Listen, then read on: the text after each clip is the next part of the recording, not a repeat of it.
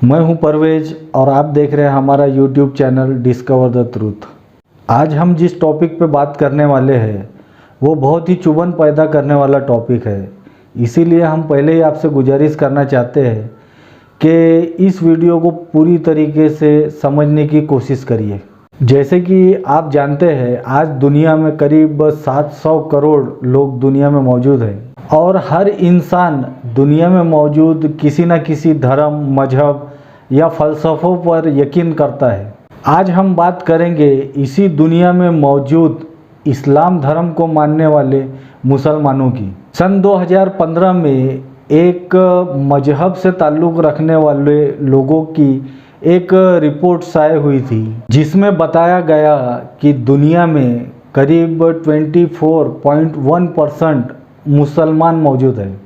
यानी कि आज दुनिया में मौजूद 700 करोड़ लोगों में करीब करीब हर चौथा शख्स इस्लाम से ताल्लुक़ रखने वाला है। दुनिया के नक्शों में अगर हम समझें तो अगर ऐसी ज़मीन को अगर हम छोड़ दें जहाँ सिर्फ जंगलात मौजूद है या जहाँ सिर्फ बर्फ़ मौजूद है या रेगिस्तान, उसके अलावा ऐसी जरखेज़ ज़मीन और ऐसे कुदरती ख़जानों पर मुस्लिम आबाद है और करीब करीब 57 यानी 57 मुल्क करीब करीब मुसलमानों के हैं। यानी कि दुनिया के हर हिस्से, हर मुल्क में मुसलमान आबाद है और जिसकी अक्सरियत आबादी में जवान और ताकतवर मर्द शामिल है। तो इसका मतलब ये कि दुनिया की अर्थव्यवस्था, इकोनॉमी में इस कौम का कितना बड़ा एक हिस्सा है। दुनिया की इतनी बड़ी कौम का आप अगर दुनिया की पॉलिटिक्स में हिस्सा देखेंगे तो वो जीरो के बराबर है। और वो मुल्क जिन्हें हम मुस्लिम ममालिक कहते हैं उनकी ये हैसियत भी नहीं है कि वो अपने खुद मुल्क के अंदरूनी या मुल्क की बाहरी पॉलिसी तय कर सके। दुनिया की अक्सरियत जो गैर मुस्लिम आबादी है वो इस मुस्लिम आवाम को दुनिया की सबसे बदतरीन कौम समझती है और आलमी मीडिया ने सारी दुनिया में एक ये तस्वुर पैदा कर दिया कि दुनिया में सारी बुराई की जड़ ये मुसलमान ही है। इंटरनेशनल लेवल पर इस कौम की एक इमेज तैयार की गई कि ये फंडामेंटलिस्ट और टेररिस्ट है और जहाँ ये कौम अक़लियत में है वहाँ तो इस कौम के साथ जो सलूक होता है वो तो बयान भी नहीं किया जा सकता। तो दुनिया के इतने बड़े हिस्से पर मौजूद इतनी बड़ी कौम के साथ ये हाल क्यों है? तो जैसे कि कुरान ने कहा था साबिका उम्मत के बारे में कि हमने उस पर जिल्लत और मस्कनत उंडेल दी है, तो क्या आज इस कौम के ऊपर में भी वही जिल्लत और वही मस्कनत उंडेल दी गई है अल्लाह के तरफ से? तो हम इस मुस्लिम कौम का जायज़ा लेने की कोशिश करेंगे।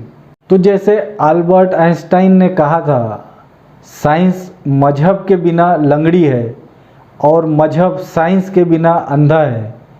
तो इसे मजहब की ही रोशनी में देखने की कोशिश करेंगे। मुसलमानों का वो बीता हुआ कल, आज और आने वाला कल। दुनिया में ज़्यादातर लोग ये इल्ज़ाम लगाते हैं कि इस्लाम तलवार की ताकत के ज़ोर से फैला। तो हम समझने की कोशिश करेंगे क्या गालिब से पहले भी कोई मीर हुआ था या इस्लाम से पहले या इस्लाम के बाद दुनिया में कभी खून ही नहीं बहाया गया।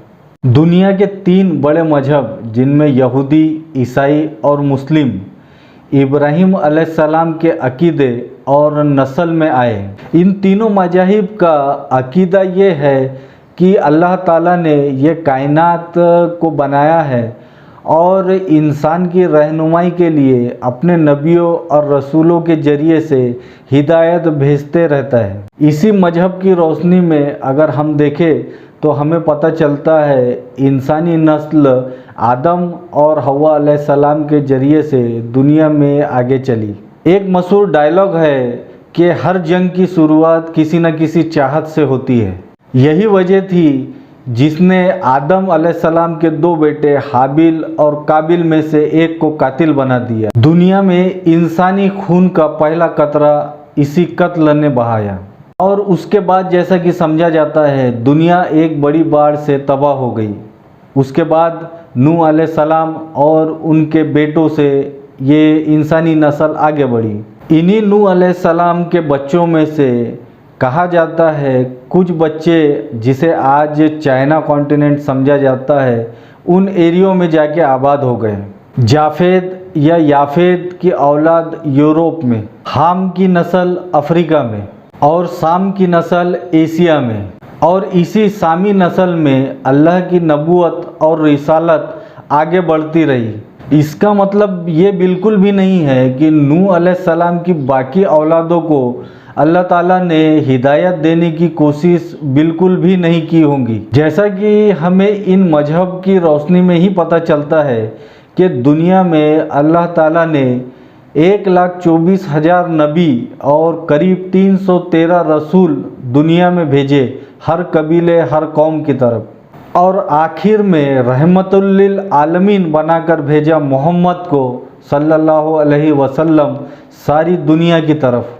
वैसे तो दुनिया जब से कायम हुई उसके बाद से इंसानी ख़ानदान और कबीलों का निज़ाम वजूद में आ चुका था। हम दुनिया को मजहब की नज़र से देखने की, समझने की कोशिश कर रहे हैं, तो इसी मजहब के ज़रिए से आज यहूदियों के अंदर जो हिस्ट्री जो उन्होंने सजो के रखी है, हम उसी के ज़रिए से दुनिया को देख रहे हैं।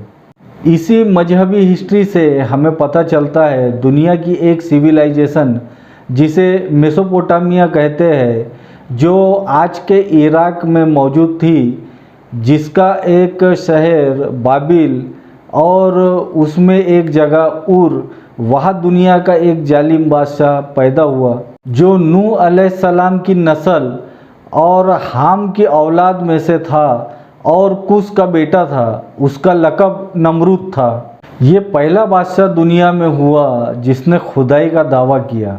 खुदाई दावा इस लफ्ज़ का जब भी इस्तेमाल किया जाता है तो आम तौर पर लोगों के दिमाग में एक गलत ख्याल पैदा होता है, जो ये समझता है कि वो अपने आप को खुदा ही समझते थे। हालांकि वो जानते थे कि वो आम लोगों की तरह ही एक इंसान है और ना ही उन्होंने ये दुनिया बनाई है और ना ही वो इस दुनिया के ख़जानों के मालिक है। वो ये भी जानते थे कि वो औरों के ही तरह मर भी जाएंगे। बस अल्लाह ने जितना भी वक्त, इख्तिदार या कुव्वत, ताकत उन्हें दी, उसका इस्तेमाल उन्होंने अल्लाह के आए हुए अहकामों के ख़िलाफ़ में किया। इसे ही खुदाई का दावा कहा जाता है। इससे आगे की बात हम अगले वीडियो में समझने की कोशिश करेंगे। अगर आपको हमारा ये वीडियो पसंद आए तो इसे लाइक करिए, शेयर करिए, सब्सक्राइब करिए और हमारे साथ बने रहिए।